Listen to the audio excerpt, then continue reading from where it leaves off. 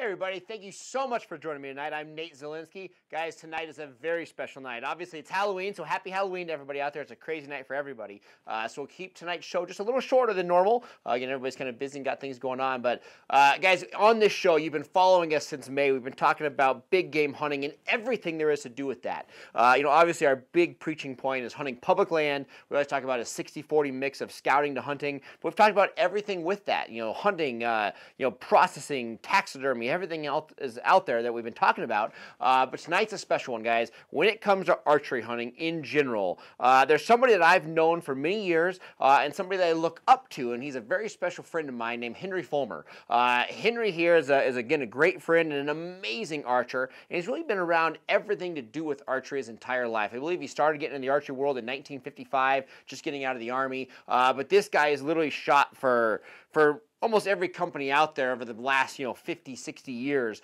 One of his last bows he was shooting was the Bowtech, and he loves it, so we'd love to hear that. But guys, he's literally started off with everything. He's owned a string manufacturing company. He's been a rep for different companies. I mean, you can hear all the kids right now running around for Halloween. But guys, he's literally done everything out there in the archery world. And one of the special things that he's done, actually, in the very first mechanical bow that Bear ever made, guys, this is one of the most popular bows, back in the day. Henry is actually the first person to ever harvest a big game animal with a Bear bow, with a Bear mechanical bow. He's the first one to ever put an animal down. So the list goes on and on and on of the things and accomplishments that Henry has done in his life and in the archery world. And again, it's an honor for myself to know him. So guys, we're actually going to jump out of here, out of studio. We actually roll to a kind of clip that we shot just the other day. Again, we don't have good enough internet at Henry's house. Henry wanted to do the overall interview at his house so we can see all his bows, see everything that he's done in his life. So we're going to jump to that interview right now. But guys, this is something you must watch.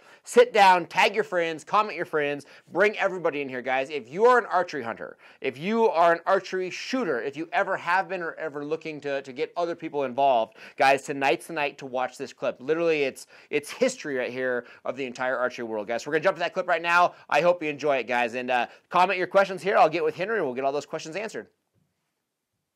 All right, guys, Nate Zielinski here. I am literally standing in history. I'm with a great friend, an honor to call you my friend, Henry Fulmer. Henry invited us into his house. When I think of archery, literally, obviously, people not going to know me for archery. I am a hunter, and I use a bow as a weapon. I'm not a competition shooter. I just love archery hunting. When I think about archery, I think about you. I've known you off and on for 10, 12 years. And again, when you think archery, you talk to people about archery, your name comes up. And you invite us into your home. It's an honor, guys. It seems like everybody across the country right now is releasing new bows. It's the time of year where all the new equipment comes out, but obviously it started somewhere. So, guys, you're talking to Henry right here, who we'll show you pictures of. I mean, right there, you're standing with Fred Bear. I mean, you've hunted all across the country. You've hunted with all the elite hunters and athletes within that realm. But, Henry, I want you to, with all the new bows coming out, they all started somewhere. And I want you to walk us through. And we're standing right now on literally a wall of history. So, how did you start off in archery? Where did you come from? When were you first starting to get in the archery world? I mean, archery has been your entire life. Tell everybody here at these cameras, where did it start? Where did you start with archery? Well, when I got out of the Army, a friend of mine who I hunted a lot, one of my best friends, we grew up together, went to school together. He got out and he had started bow hunting when I got out of the Army. He said, hey, I found a new way to hunt. You got to get a bow. So we went to... And what year's this? 1955. 55, okay, perfect. Just got out of the Army. So we went to Kinsey's Archery out in Mountjoy, Pennsylvania, and I bought my first outfit. For $50, I bought a bow, a dozen arrows, broadheads, a quiver, arm guard, and a glove. 50 bucks. And that bow up there. Yep. We'll pay it, guys, here in just a second. Go check it out. That's awesome. So that's where I started, and I became addicted immediately. And you were working a corporate job as well as running the bow shop? Exactly. Yep. Yeah. And corporate found out I had a business on the side, and he said, I can't do that. They own me. So I said, I got to do something You got to do something different. Left that world. So I got an interview with Bear Archery Company and went to work for Bear Archery Company. That was my start in archery sales. Okay. And I did a lot, like I say, a lot of competition shooting.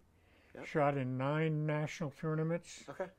And loved it. Did every everything and I could do in archery. Yeah, yeah. Hunted across the world, Hunted sold with bows, worked for the companies, and shot professionally and as well as hunted. Hunted with Fred Bear, Tom Jennings, and a lot of other elite bow hunters. Absolutely. What was, I mean, what was that like? I mean, getting into it so early on. I mean, you know, everybody nowadays has TV shows, has bow hunting stuff. I mean, you were the start. You were the forefront of it. I mean, what was it like hunting with Fred Bear? Oh, my. I explained Fred, when people asked me what kind of a person was Fred Bear was the kind of a person, he could talk to anybody in any walk of life and make them feel comfortable in 15 minutes like you'd known him forever. No kidding. He was a fantastic person. He broke the mold when Fred Bear. I believe that. Yeah. I believe that. That's awesome, guys. Now, real quick, I got to walk you through here. Henry, can you walk us through what we're standing in front of right here? I mean, give us the history. Talk to us about this gear. Can you grab that one there? I can. We'll slide these out there. Perfect. This was the start of the compound bow. A guy named Hollis Allen invented the bow, got a patent on it.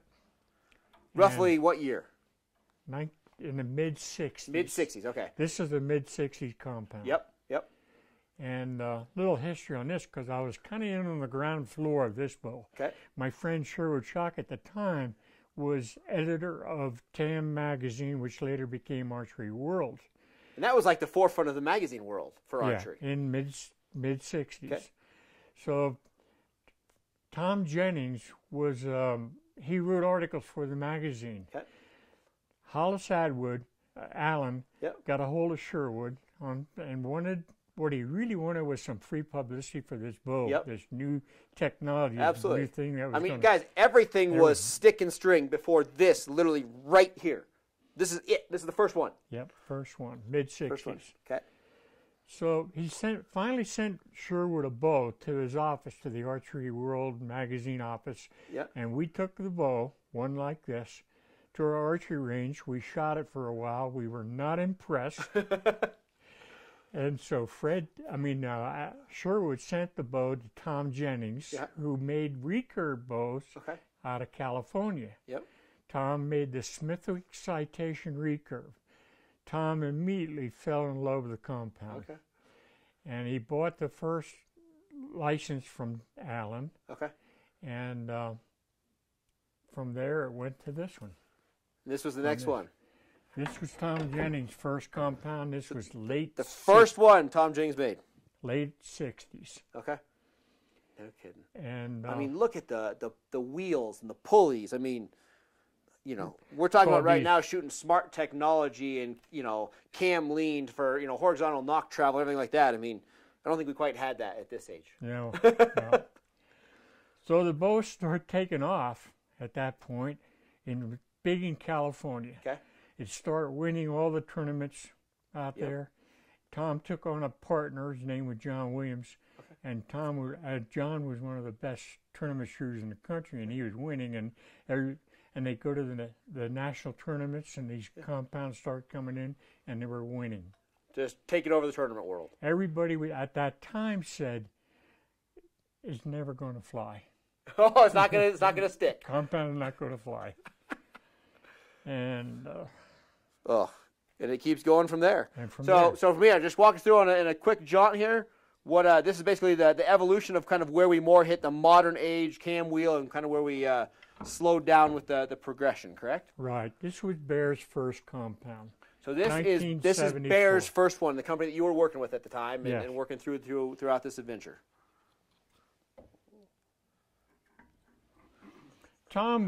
Jennings was very responsible for a lot of the innovations in compound bows. Okay. The first two-wheel compound. Yep. The cable guard. Many other things. He innovated a lot of this. Okay. Then along came Bear in 1974. By that time, Tom was well on the way, half a dozen years down and winning all the tournaments. We had a saying back then, if you weren't shooting at Jennings, you weren't going to win. We're going to win. Yeah. Okay. That's cool. Now, you're to pan, guys. The light's not amazing right now, but we got to talk about this real quick. So I want to talk about this picture right here, Henry. So you have this up here. Walk us through what's happening right here. So I think that's awesome. There's a picture here, guys. We have a broadhead. We have a picture of Henry and Fred Bear sitting together. And you're using a bow similar to this. walk us through what happened with that experience. Well, again, Bear went to the National Field Championships in 73 or Okay. 4 and saw the compound was it. So they went Yep. home, Fred and his men, Yep. and went to work on a compound bow, and that's the one they came up And with. this is the bow that they could release. When I worked for Bear at the time, we had 18 salesmen covering the United States, 18 across the country. across Okay. the country. They split us up to 2 9-man teams and had a sales contest. Yep. And our sales meeting in September of 1974 Okay. was all about the compound. And This we is had- like breaking ground. Well, Yep. and we had a sales contest, and the winning 9-man team stayed up and hunted with Fred Bear in Grouse Haven, Michigan. Okay. Grouse And Haven, Michigan. Again, guys, if you won the sales contest, 9 guys got a hunt. Right. Okay. So we went with Fred to Grouse Haven, Yep. and we had our sample bows at that time. Yep. Nobody else in the country had a You were the first group. group, Okay. and we hunted with the Bear with the Bear Alaskan. Yep. And I shot the first whitetail buck that was ever taken with a Bear The compound first animal ever killed with a Bear compound bow was this man right here. bow. Right. Literally right here. And that is the head, the broad head that took down that deer with the first Bear compound bow ever built. Right. I mean, that's history. I mean, this is where it was all starting. Yes. So awesome. Guys, we're going to sit down here and we got to talk more. We got to talk about the evolution of bows, continuing on to where they are today. All right, Henry. Now, again, we're talking history of these bows. Again, you've been through the forefront of it all. You still, are shooting today, are shooting in the last couple of years. Where's it at now? What do you think of the modern bow? I mean, the biggest thing I think I asked this question for is, again, we talk about myself. I'm a major hunter. The bow is my weapon of choice. I'm not a competition shooter. I wouldn't say I'm in the shooting class of most archers out there. Again, for me, it's a hunting tool. I think it's easier for somebody, a talent level, we'll say, where your talent level is as a shooter. I don't want to say cheating with the modern technology, but it's awesome that I have the pinpoint accuracy of the bows of today. It's so much easier to shoot good nowadays than necessarily did back in the day of shooting. But where do you think, from where it's been to where it's at now, what do you just think of the whole evolution of this? Well, it's coming on. In the tournament circle, I keep tabs on it, but I don't shoot it anymore. Yeah. But the technology is just awesome. They're shooting tremendous scores, perfect scores, indoors, outdoors. The technology is awesome. Releases, and the cost of the product today compared to what it was before. I remember years ago a guy named Terry Ragsdale shot 2 major indoor tournaments, and he shot perfect scores in both tournaments, which was Las Vegas, and the other big shoot was in Cobo Hall, Detroit. And you could have bought all the equipment that he was using at that time for probably $500. Which is incredible. Incredible. And it gives hope. It's great. You talk to people, you have youth, you have kids, wives, family, yourself. Everybody can get into this sport. Yes. I mean, that's the great thing about it. It's not, overly pricey to do it, especially entry level. Right. Entry level's good. But it is a sport that doesn't cost a hell of a lot of money to get started in. And you can do it in your backyard and everywhere. The technology is awesome. No, and that's great. I love to see that the technology. Again, you started off with stick and string, stick bows and straight bows and recurves and everything else, and that's where it's nice to see that you're a fan of it. Some people are against it. You know what I mean? Some people see this technology and they're like, that's terrible. But I mean, it's unbelievable to have that opportunity. Now, we were also just talking, what are your thoughts on the idea of crossbows? I mean, again, crossbows are hitting. We're sitting in your basement here in Colorado. To a Colorado resident, it is considered a rifle, but a huge portion of the states that people are hunting in, a crossbow is considered a normal bow, and you can do it during that season. What are your thoughts on the crossbow market and that explosion? It is. Crossbows are good and bad. Business-wise, as a sales rep, it was bad for him because a guy who buys a crossbow doesn't buy a lot of all the little Doesn't buy anything else, yeah.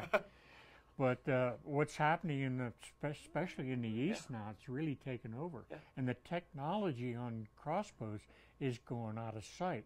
There's a crossbow out there right now. Their ad says, your next rifle. Yeah. they claim 3-inch groups at 100 yards with a crossbow. Yeah. That's unbelievable. It is unbelievable. You know, and the nice thing about the crossbow is you look at somebody like my father doesn't have the physical ability. He can't draw a bow. Exactly. But he can get cock. With cocking aids, he can get back a crossbow and he can hunt that. And that's where we love to see the concept of, as these states start to make them legal, it adds a lot of years to hunters that physically can't shoot a bow anymore. You know, whether it's fatigue or whatever, reasons for that, they can still get out there and use, primitive weaponry per se. Yeah, and they're seeing now that a lot of guys that gave up shooting Yep. with a regular vertical bow Yep. because of their age and strength and handicaps and physical condition, they're going back to hunting with a crossbow.